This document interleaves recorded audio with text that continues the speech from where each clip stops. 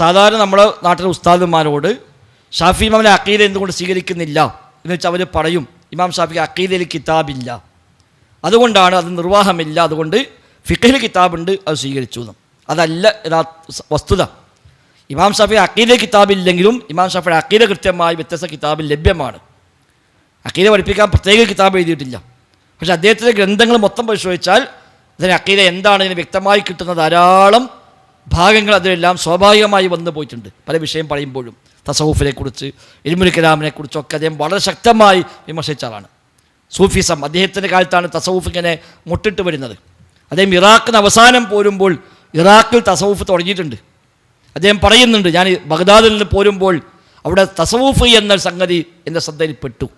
ഞാൻ ഒന്ന് നോക്കി, എന്താണ് പോലെ അവസ്ഥ നോക്കാൻ വേണ്ടി ഞാൻ ജസ്റ്റ് ഒന്ന് അവരുമായി ഒന്ന് സഹവസിച്ച് നോക്കി. എനിക്ക് മനസ്സിലായി, രാവിലെ ഒരാൾ സൂഫിയായാൽ വൈകുന്നേരമാകുമ്പോഴേക്ക് അവർ വിഡ്ഢിയായി മാറും എന്നെനിക്ക് ബോധ്യമായി എന്ന് ഇമാം ഷാഫി റഹ്മത്തുള്ളാഹി പറയുന്നുണ്ട്.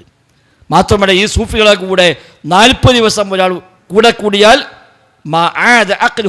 അബദ, അവൻ്റെ ബുദ്ധി ഒരു കാലത്തും തിരിച്ചു കിട്ടുകയില്ല, കാലാകാലമോ ഭ്രാന്തനായി മാറും എന്ന് ഇമാം ഷാഫി റഹ്മത്തുള്ളാഹി പഠിപ്പിച്ചിട്ടുണ്ട്.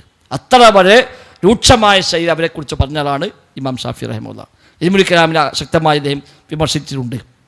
അതേപോലെ അഖീദ രംഗത്ത് അദ്ദേഹത്തിൻ്റെ അധ്യാപനങ്ങൾ പലപ്പോഴായി പല ഗ്രന്ഥങ്ങളിലായി ഉണ്ട്. ശിഷ്യന്മാർ അത് ഉദ്ധരിച്ചതുമുണ്ട്. ഇമാം ഷാഫി പറഞ്ഞുകൊണ്ട് തന്നെ റബ്ബിൻ്റെ അസ്മാഉ സിഫാത്തുമായി ബന്ധപ്പെട്ട മേഖലയൊക്കെ അദ്ദേഹം പറഞ്ഞിട്ടുണ്ട്. അതുകൊണ്ട് തന്നെ കിതാബില്ലാത്തതുകൊണ്ടല്ല ഇമാം ഷാഫിൻ്റെ അഖീദ ഇവർക്ക് സ്വീകരിക്കാൻ കഴിയില്ല. ഇനി മാത്രമല്ല, അശ്അരി ഇമാമിൻ്റെ അഖീദ സ്വീകരിക്കുന്നു പറയുന്നു. അശ്അരി ഇമാമിൻ്റെ കിതാബാണോ സ്വീകരിക്കുന്നത്? അല്ലല്ലോ. അശ്അരി ഇമാമിൻ്റെ കിതാബല്ലല്ലോ സ്വീകരിക്കുന്നത്. അശ്അരിയത്ത് എന്ന് പറഞ്ഞുകൊണ്ട് പിന്നീട് പലരായി ഉണ്ടാക്കിയ കിതാബാണ് അശ്അരി അഖീദയിൽ ഇവർ സ്വീകരിച്ചു പോരുന്നത്. ഇന്ന് നമ്മുടെ നാട്ടിൽ അഖീദ പഠിപ്പിക്കാൻ വേണ്ടി പള്ളി ദർസിൽ പോലും ഉപയോഗിക്കുന്ന കിതാബുകൾ അശ്അരി ഇമാമിൻ്റെ കിതാബല്ല. അശ്അരി ഇമാമ അഖീദ കിതാബ് എഴുതിയിട്ടുണ്ട്. അൽ ഇബാന ഫി ഉസൂൽ ദിയാന എന്ന പേരിൽ ഇമാം അശ്അരിയുടെ അവസാനത്തെ ഗ്രന്ഥം അഖീദ പഠിപ്പിക്കാൻ വേണ്ടി എഴുതിയത്. അത് ഒറ്റ ഉസ്താദന്മാരും പഠിപ്പിക്കുന്നില്ല.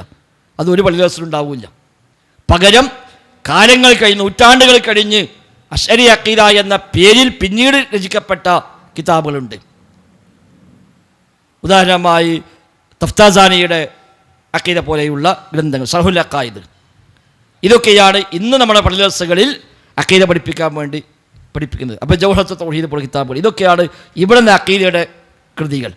അല്ലാതെ ഈ അശ്അരി ഇമാമിൻ്റെ അഖീദ കിതാബല്ല ഇവിടെ പഠിപ്പിക്കുക. അപ്പോൾ ഇമാം ഷാഫി കിതാബില്ലാത്തതുകൊണ്ടാണ് നിങ്ങൾ സ്വീകരിക്കാത്തത് എന്നാണെങ്കിൽ ശരി, അശ്അരി ഇമാമിൻ്റെ കിതാബുണ്ട്, ആ കിതാബുകൾ പഠിപ്പിക്കുന്നു പറഞ്ഞാൽ അതിന് ഉത്തരം ഉണ്ടാവില്ല. അപ്പോൾ അതൊക്കെ വെറുതെയാണ്. അന്നത്തെ കാലത്ത് മുഅ്തസിലിയത്തിൻ്റെ മറ്റൊരു പതിപ്പാണ് അശ്അരിയത്ത്. മുഅ്തസിലിയാക്കളെ എതിർക്കാൻ വേണ്ടി അതേ ശൈലിയിൽ രംഗത്ത് വന്നതാണ് അശ്അരികൾ. മുഅ്തസിലിയാക്കൾ പ്രമാണത്തെ ബുദ്ധി കൊണ്ട് അളക്കുകയും ബുദ്ധിയും പ്രമാണവും എതിരാകുമ്പോൾ പ്രമാണം മാറ്റിവെച്ച് ബുദ്ധിയെ സ്വീകരിക്കുകയും ചെയ്തവരാണ് മുഅ്തസിലിയാക്കൾ. അതേ അളവുകോല് വെച്ചുകൊണ്ട് മുഅ്തസിലിയാക്കൾക്ക് ഗണ്ണിക്കാൻ വന്നവരാണ് അശ്അരികൾ. അതുകൊണ്ട് അശ്അരികൾക്ക് പല സ്ഥലത്തും ചില കൃത്രിമത്വങ്ങൾ ചെയ്യേണ്ടി വന്നു. ബുദ്ധിക്ക് ഇസ്ലാം നൽകിയ സ്ഥാനത്തിന് അപ്പുറത്ത് ഒരു സ്ഥാനം നൽകുകയും ആ ബുദ്ധി കൊണ്ട് എല്ലാം അംഗീകരിക്കാൻ കഴിയുമെന്ന് സ്ഥാപിക്കുകയും ചെയ്യാൻ ശ്രമിച്ചപ്പോൾ ചിലതൊക്കെ ചില തകല്ലുഫുകൾ, കൃത്രിമത്വങ്ങൾ കാണിക്കേണ്ടി വന്നു, ഇല്ലാത്ത വ്യാഖ്യാനങ്ങൾ പറയേണ്ടി വന്നു, ചിലതൊക്കെ നിഷേധിക്കേണ്ടി വന്നു. അപ്പം മുഅ്തസിലിയാക്കൾ പടച്ച റബ്ബിൻ്റെ എല്ലാ സിഫത്തും നിഷേധിച്ചവരാണ്. അല്ലാഹു തആലയ്ക്ക് ഒരു സിഫത്തുമില്ല. ഇൽമ്, സംഅ്, ബസർ, ഹയാത്ത്, കലാം തുടങ്ങി പടച്ച റബ്ബിൻ്റെ എല്ലാ സിഫത്തും നിഷേധിച്ചവരാണ് മുഅ്തസിലിയാക്കൾ. അശ്അരികൾ 7 അംഗീകരിച്ചു, അല്ലാത്തവ ഒന്നുകിൽ വ്യാഖ്യാനിച്ചു, അതിന് വകുപ്പില്ലാത്തത് നിഷേധിച്ചു. വ്യാഖ്യാനിക്കാൻ കഴിയാത്തത് നിഷേധിച്ചു തള്ളി, വ്യാഖ്യാനിക്കാൻ പറ്റുന്ന വ്യാഖ്യാനിച്ചു. 7 മാത്രമാണ് അശ്അരികൾ അല്ലാഹുവിൻ്റെ സിഫത്ത് അംഗീകരിച്ചത്. അതാണ് വ്യത്യാസം.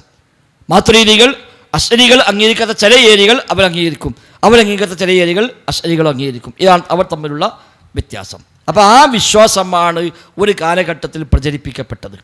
അത് അഹ്ലുൽ ഹദീസിൻ്റെ വിശ്വാസമല്ല, അഹ്ലുൽ അസറിൻ്റെ വിശ്വാസമല്ല, അത് സലഫുകളുടെ വിശ്വാസമല്ല, അത് ഇവരും അംഗീകരിക്കും. ഇപ്പം ഇവർ പഠിപ്പിക്കുന്ന ഈ അഖീദ ശർഹുൽ അഖായിദ് പോലുള്ള കിതാബുകളിൽ, ജൗഹറത്ത് തൗഹീദ് പോലുള്ള കിതാബുകളിൽ ഒക്കെ പറയുന്ന ഒരു അടിസ്ഥാനമാണ് പിൽക്കാലക്കാല അഖീദയാണ് അഹ്കമു വ അഹ്വത്ത്, ഏറ്റവും സൂക്ഷ്മത നിറഞ്ഞത് എന്നാണ്. അത് ശരിയല്ലല്ലോ. ഏറ്റവും ഇൽമുള്ളതാണ് ഏറ്റവും സൂക്ഷ്മമായി മാറുക. അപ്പോൾ പിൽക്കാലക്കാലത്ത് സ്വീകരിക്കാൻ വേണ്ടി കണ്ടെത്തിയ മാർഗമാണ്. മുൻഗാമികളുടെ ഇൽമുള്ളതാണ്, പക്ഷെ സൂക്ഷ്മത കുറവാണ്.